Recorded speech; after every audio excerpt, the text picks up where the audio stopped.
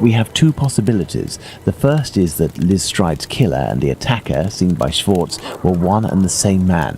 The second is that Liz Stride meets a client. After some discussion, they head towards Dutfield's yard to do their business. As soon as they arrive, the attacker appears while his accomplice keeps watch. Schwartz's arrival dissuades the two men from lingering. They leave the area and leave Liz Stride in a tense state, but glad to have kept her client. He will be her murderer. Both hypotheses are possible, but an incongruous detail will serve to corroborate one of them. An incongruous detail that we were able to establish regarding the Hanbury Street murder. Which one would that be, Watson? Look at the victim carefully, Watson, and tell me the link between the murder of Liz Stride and those of Nichols and Chapman.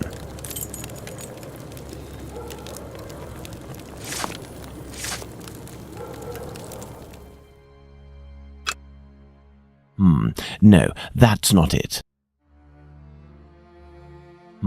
No, that's not it.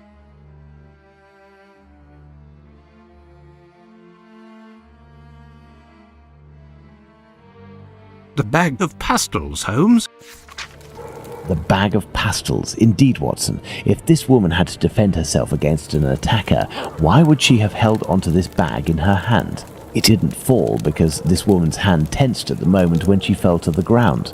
Therefore, Watson, we know the killer distracted his victim's attention by making them take something out of their pockets. Why didn't he slit her throat like the others? He must have feared a struggle with this strong-willed woman. Why didn't he eviscerate her? Because Louis Diemschutz arrived. Do you think the Whitechapel killer is behind this murder, Holmes? Yes, and now this murder has been linked to its rightful perpetrator, it will take on deeper meaning when we have examined the facts from that night. Let's go to Mitre Square, where Catherine Eddowes was killed. And make haste, Watson, as we have another murder to commit in 40 minutes. Here we are, Watson, Mitre Square. It took us a mere 20 minutes to get here.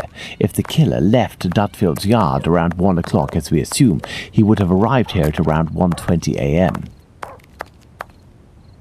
We know that Catherine Eddowes' body was discovered at 1:44 a.m. Catherine was released from prison around 1 o'clock, but we have no information as to what she could have been doing until her death. This place has 3 possible ways out. Let's see where they lead. As a precaution, I brought an old map of the area with me. It will help us get our bearings. Let's hurry, Holmes. This neighbourhood makes me ill at ease.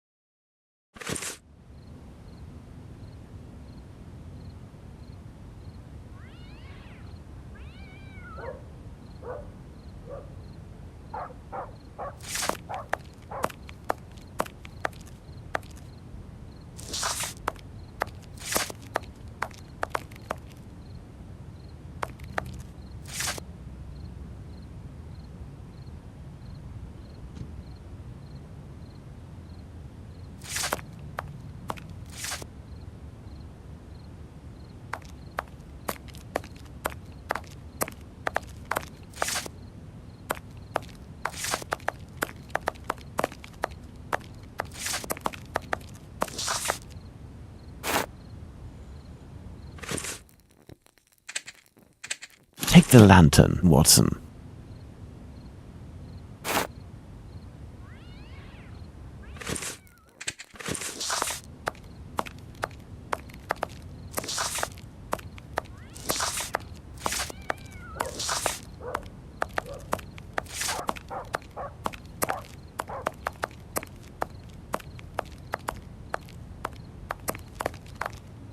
Watson, we are now in the exact spot where poor Eddowes tragically ended her days.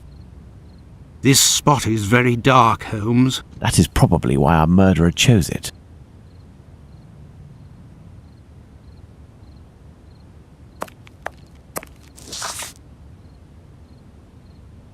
Do these objects spread out by the victim remind us of anything, Watson?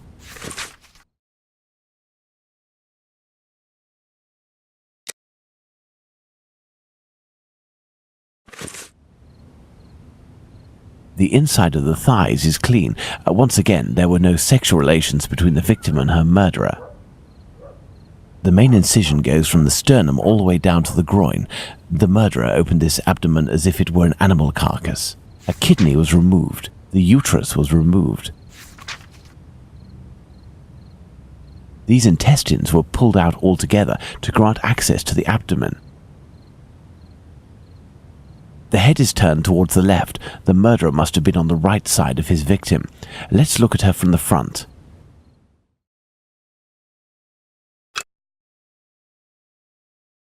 There is but one wound, Watson. It goes from the left side and descends in a slight oblique towards the right side.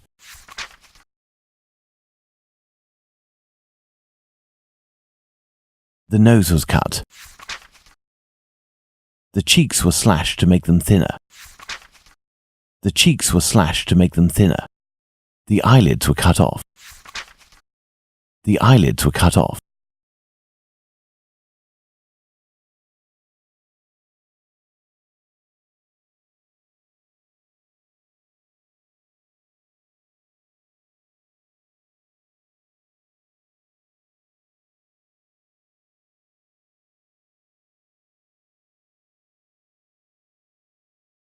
There is but one wound, Watson. It goes from the left side and descends in a slight oblique towards the right side.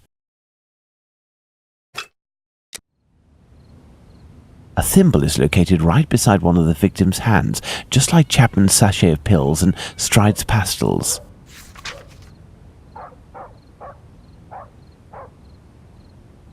Part of this apron is missing. We will follow up on that shortly. My goodness, Holmes, it was a slaughter. Understand, Watson, that our killer had neither the time nor the conditions to bother with the niceties. He had no more than 7 or 8 minutes at most to kill the woman, open her up, and all the while in total darkness. Holmes, it's a woman, a poor victim you're talking about. Consider all the time this man lost and the risks that he actually took by cutting the victim's face and the lower abdomen in around 20 precise spots, especially the lungs and the liver.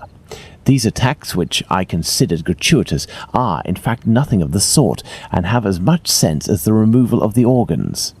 We must, first and foremost, locate the 3 exits leading to Mitre Square, Watson.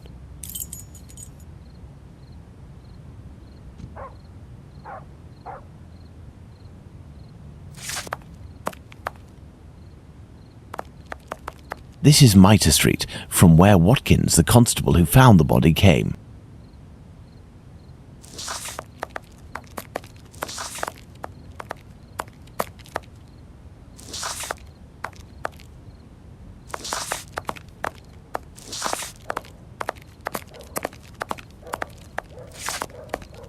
Church Passage. It must be opposite the Imperial Club at 16 to 17 Duke Street. Let's go to the end of this lane, Watson.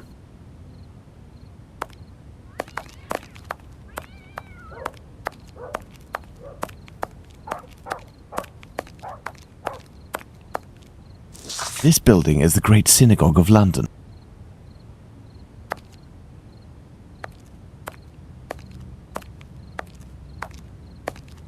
Hello, you must be Abraham Solomonovich, am I right?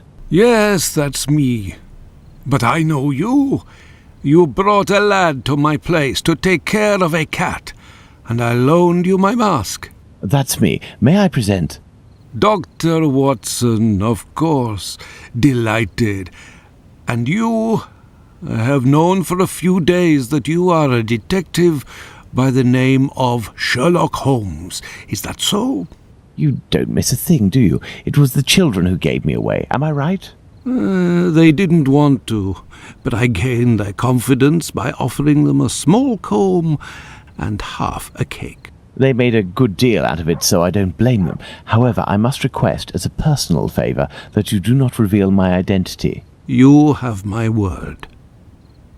Curiosity is just killing me, as you may have guessed. Would it be breaking an oath to confide in me the nature of the investigation that you are leading? Does this spot where we are now in Mitre Square mean anything to you? A demon lives in this city, Mr. Holmes. These unmentionable acts degrade the human race and put the Jewish community in terrible danger. Lots of rumours are circulating, but they are but rumours. I see you're leaving the Imperial Club. It's a stone's throw away from Mitre Square, and the 2 recent murders were most probably discussed in there. Do you know if anyone from the club saw or heard anything that night? Yes, Mr. Holmes. That night, 3 members of our club saw a woman talking to a man at the very spot where we are standing, a few minutes before the body was found, at the end of this passage. Fantastic, Holmes. Calm yourself, Watson. There is nothing at the moment to suggest it was the victim. Can we meet these members? I am afraid that won't be possible. As soon as the police heard the evidence of these men, they were sworn to silence. I understand. But you are working for the good, and I must tell you what I know. One of the 3 men, my friend Joseph, left that night with 2 other members of the Imperial Club, Harry and another Joseph. It was around 1:35 a.m., perhaps a bit earlier. When Joseph, not my friend, but the other, the Aldgate butcher, exited, he saw a man and a woman in discussion at this very spot where we are. These men must have been about 16 feet away from the couple. That's about right. So Joseph, the butcher, said to the other 2, while pointing at the couple, "Look, I don't like going home alone when I see this kind of people here." My friend Joseph looked at them without noticing anything strange and didn't understand what he meant. They had the look of 2 rather unkempt people, but no more than that. After the murder, did these 3 men tell the police what they had seen? Not quite. Harry stated that he hadn't seen the couple. As for Joseph, the butcher, even though he was the one who commented on them and pointed them out, said that he couldn't remember anything except that the man was about 3 inches taller than the woman, who was 5 feet tall, no more. My friend Joseph, on the other hand, did his best to cooperate with the police. And what did your friend Joseph say? What did this man and woman look like? The man must have been 30 years old, about 5 foot 7 inches, light complexion, and a fair moustache. He wore a loose, dark jacket, a grey cap, and a red scarf around his neck. But he said that he only saw him for a brief instant, and it would be impossible to recognize him. And the woman? He only saw her from behind. She had her hand on the man's stomach and seemed to be pushing him. He said that he remembered that she was small, was wearing a black jacket and a black bonnet. After his testimony, the police took him to see the clothing of the deceased, and Joseph said that they looked identical to those of the woman he had seen. Like I already said, he only glanced at the 2, as he was headed with the others in the direction of Aldgate. One final question. The Imperial Club is a Jewish club, isn't that correct? Indeed. Thank you for your help, Mr. Solomonovich. Bah, it was nothing. We must at all cost prevent this demon from striking again, and the police seem to have some difficulty in doing that. I wish you the best of luck, Mr. Holmes.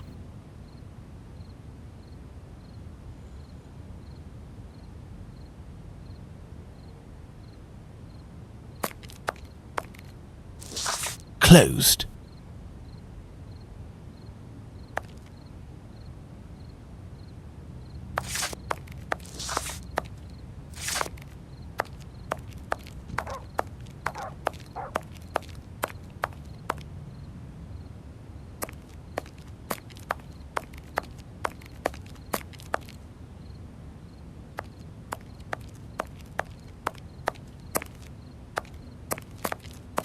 This dark and narrow passage leads to St. James's Place.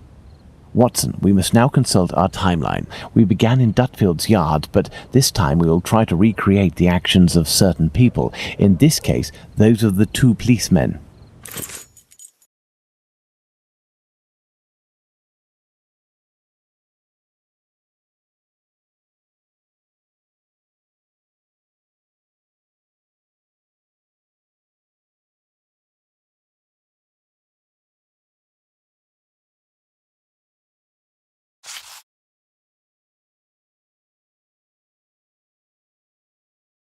1:30 a.m. PC Watkins didn't see the corpse while on his rounds.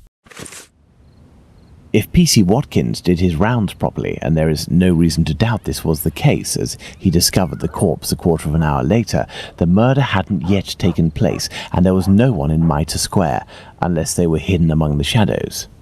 Enter Mitre Square via Mitre Street, Watson, and stop and try to see me with the lantern. I will be where poor Edow's corpse was.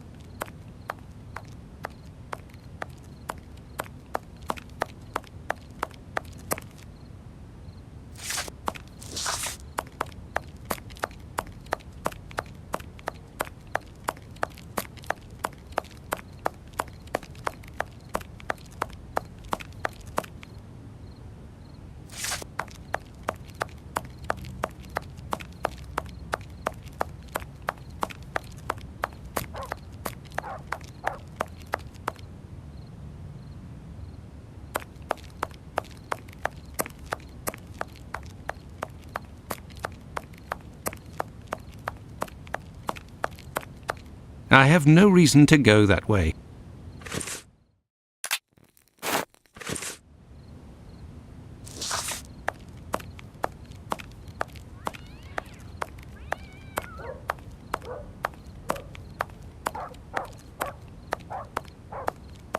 I see you, Holmes. Perfect, Watson. Let's look at our timeline, Watson.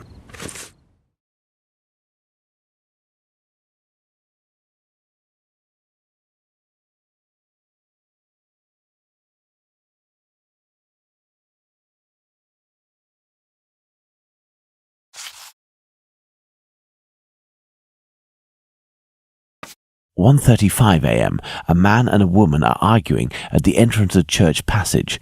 The man came from Aldgate.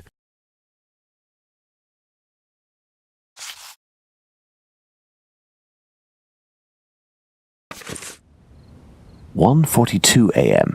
PC Harvey arrives in Mitre Square. It should be noted, Watson, that the constable didn't enter Mitre Square. He could not have seen the corpse lying on the ground. But would he have been able to see a man sitting or standing? Go to the Church Passage entrance, then come back and try to see me while holding your lantern. I will stay at the spot where the victim was discovered."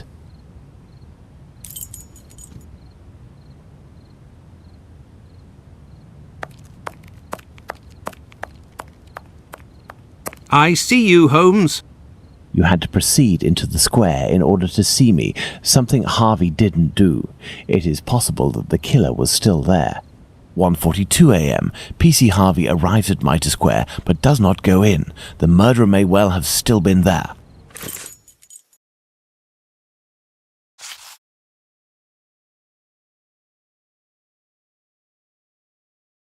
1:44 a.m. The body is discovered.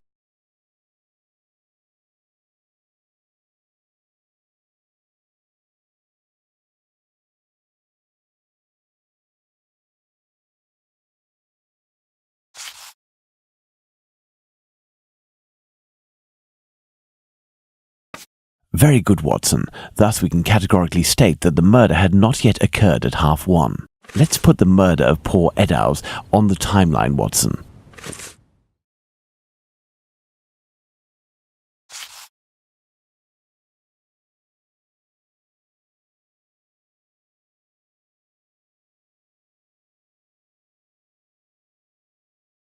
"1:35 and 1:42 a.m. The murder would appear to have taken place between these times, that is to say, within 7 minutes. Agreed, Holmes.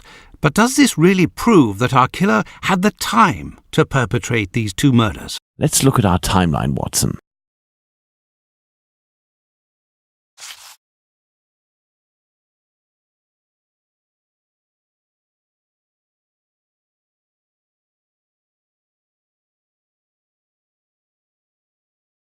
There, Watson, we are now certain that the murderer really had the time to commit these two murders. Incredible! Let's look at our deduction board, Watson.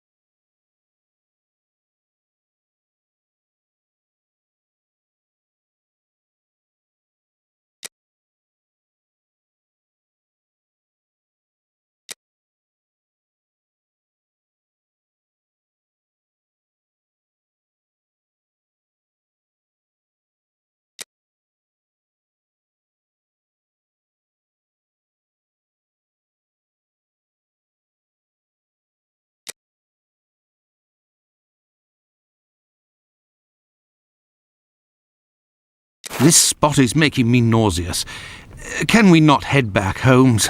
We certainly can't, Watson. We have one final point to address. Do you remember the piece of white apron that was missing just now? It was found just a few steps away from here, at the entrance of a building. That's where we must go.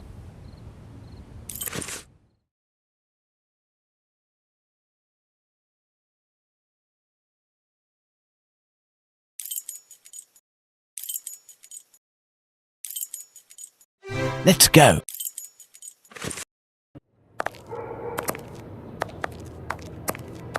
There's the spot, Watson. By night, Goulston Street is deathly silent, which will permit us to carry out a fair few experiments. Let's find the entrance where the piece of the victim's apron and the mysterious chalk message were found.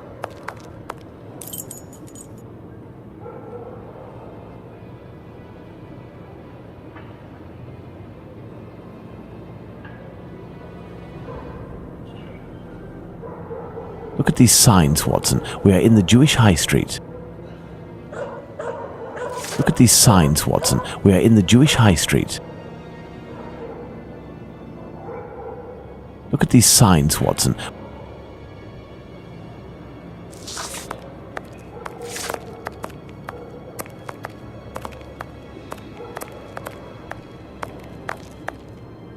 There's the spot where the apron and the message were found by PC Long. Now, let's recreate the scene. Remember, Watson, it was raining that night. Find me something with which to mimic raindrops hitting this wall while I write something with my chalk. The Jews are not the men that will be blamed for nothing. But what does it mean?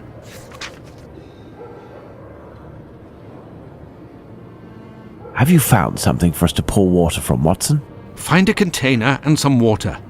Let me remind you that it's night time and the street is deserted, Holmes.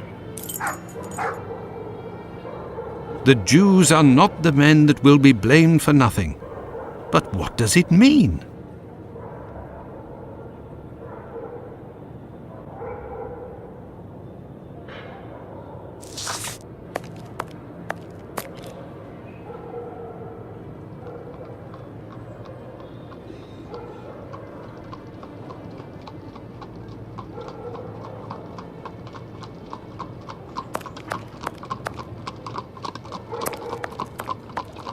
Water. Water.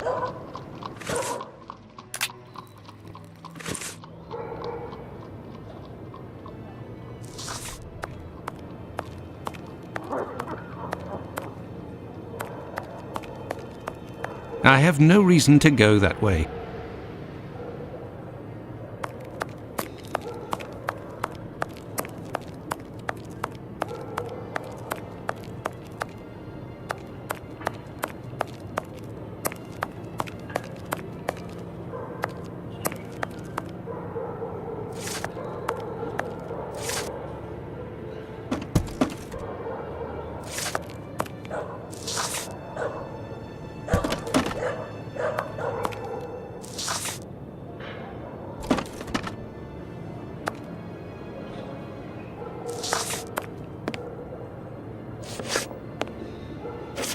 A watering can, that's what I need, but I can't reach it.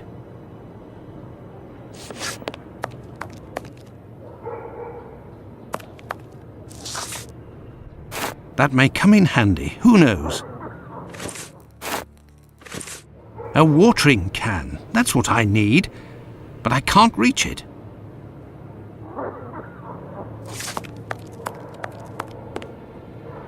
A watering can.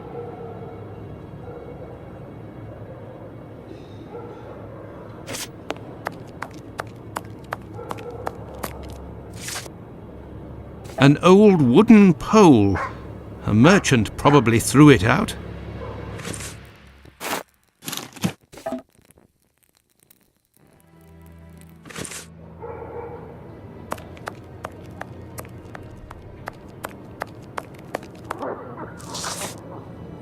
That may come in handy, who knows?